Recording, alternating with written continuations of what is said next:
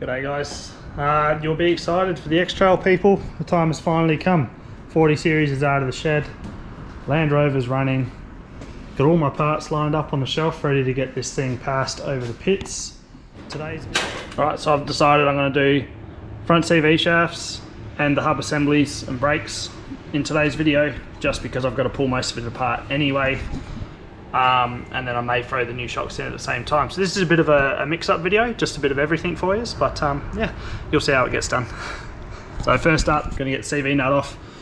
I'll pull the caliper off and just hang it somewhere to the side, and then we'll start attacking steering arm, all this crap. I want to pull this whole hub assembly off, so it shouldn't be too hard.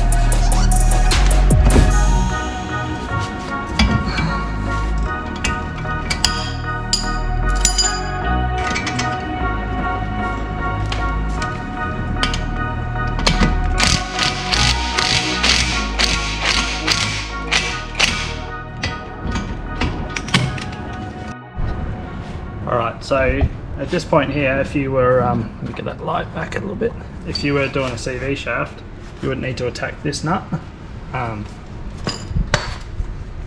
You'd just be doing your 2 bolts here. I know I've done a bit of excessive paint penning, but I like to, if I was reusing this shock, I just do a paint pen outline of the groove, etc, and paint pen where the camber bolt was, which these actually aren't camber bolts, they're just a straight bolt. So might just get the CV shaft out of the way first. If you're only doing one side, it's jack the whole car up on one side as high as you can so it's on an angle, and then that'll keep your diff oil inside the diff. Because I'm doing both sides, I'm going to do the diff oil anyway. I'm actually going to need a drain tray under where that CV shaft goes in, because I'm going to lose a little bit of oil.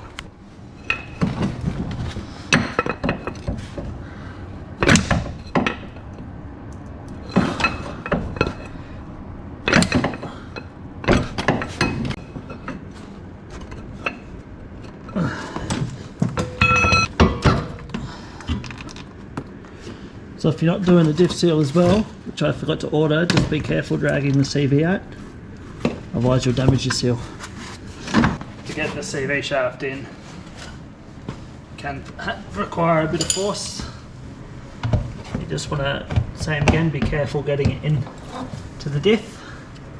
You want to rotate it until you feel it spline, and then what you need to do is hold as much pressure as possible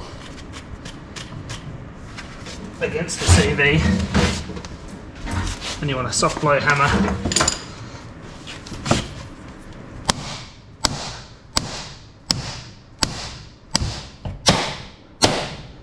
That's in.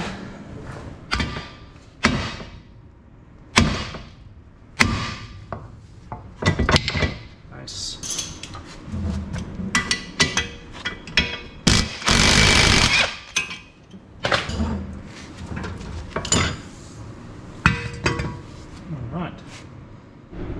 Alright, so we got the hub assembly here. So pretty much the spindle stays and you press the new bearing into it and you put new snap rings in. So first up, we've got to get these snap rings off. Sometimes they're easy, sometimes they're not.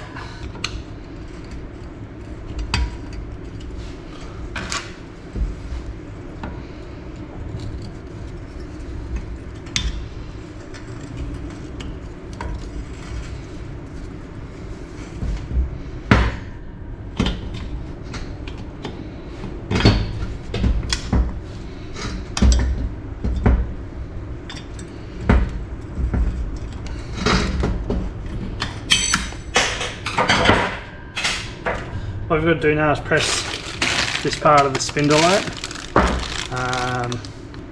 Could be hard actually. Hopefully I've got a bearing pusher.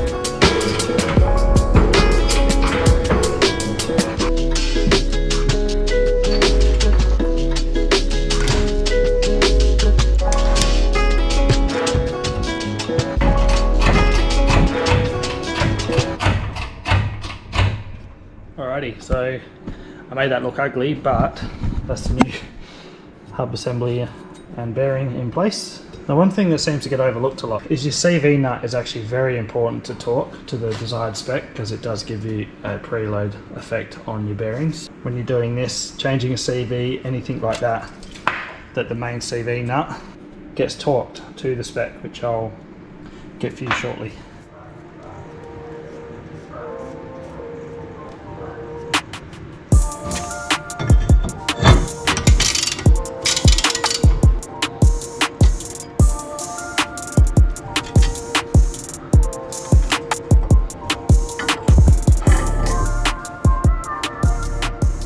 Alright, so lower ball joints on. Obviously what you guys will be doing now is prepping your new disc and bolting your caliper up, your strut and steering arm. What I'm going to be doing obviously is removing the top strut bolts, which are up there, and putting the new strut on. So unfortunately with the strut suspension and all that, it didn't come with a new top hat, so I will have to disassemble the original struts to reuse the top hat, but that's alright.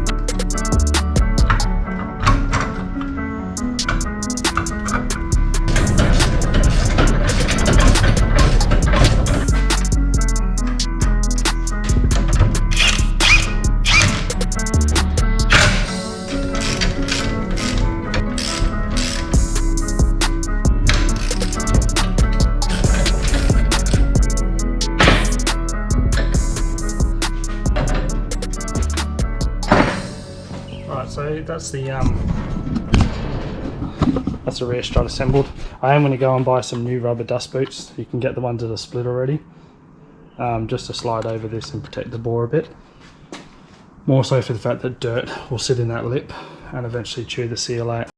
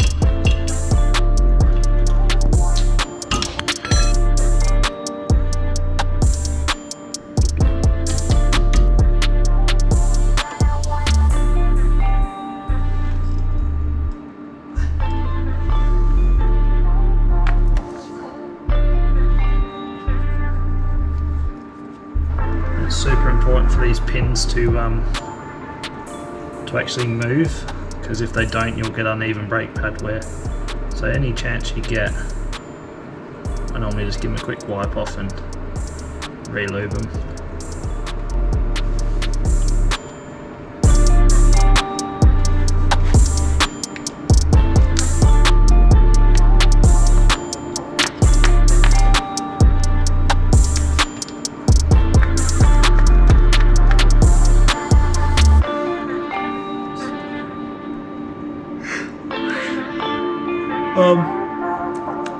So that's all done on this side, apart from pumping the brakes to push the pads back out, the pistons back out, and torquing this nut to 294 Newton meters. I'll do that when it's on the floor.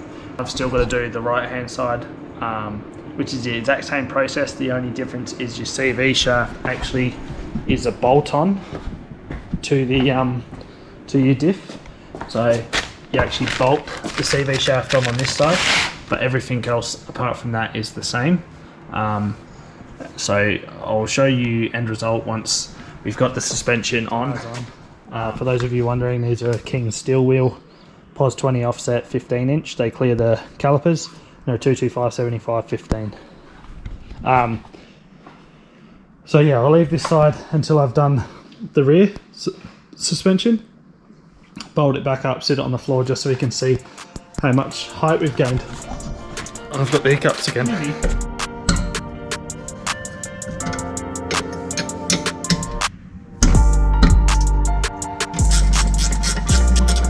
All the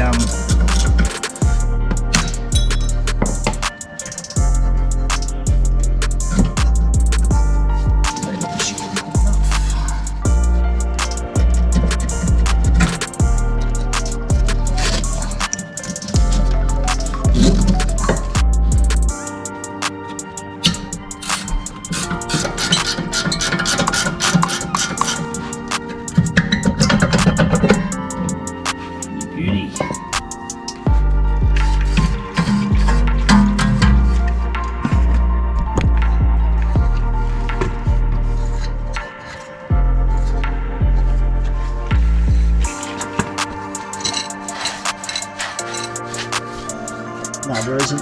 So to adjust this handbrake, doesn't feel too far off anyway.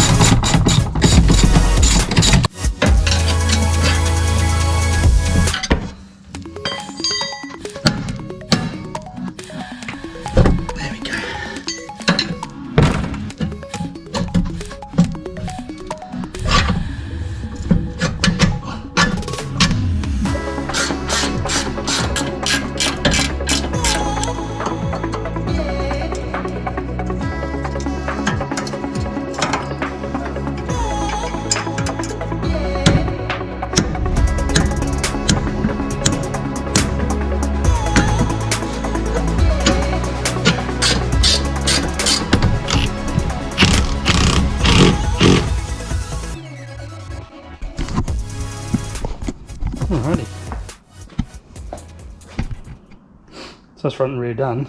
Now just for shits and gigs, I'm gonna put this back wheel on, drop it on the floor entirely with the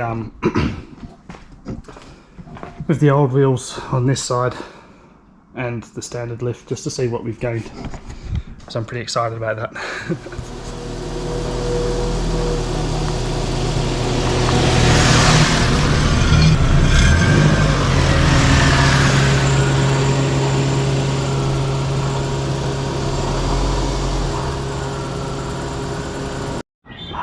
Right, so from first glance, very noticeable difference in height. Not massive, but definitely noticeable.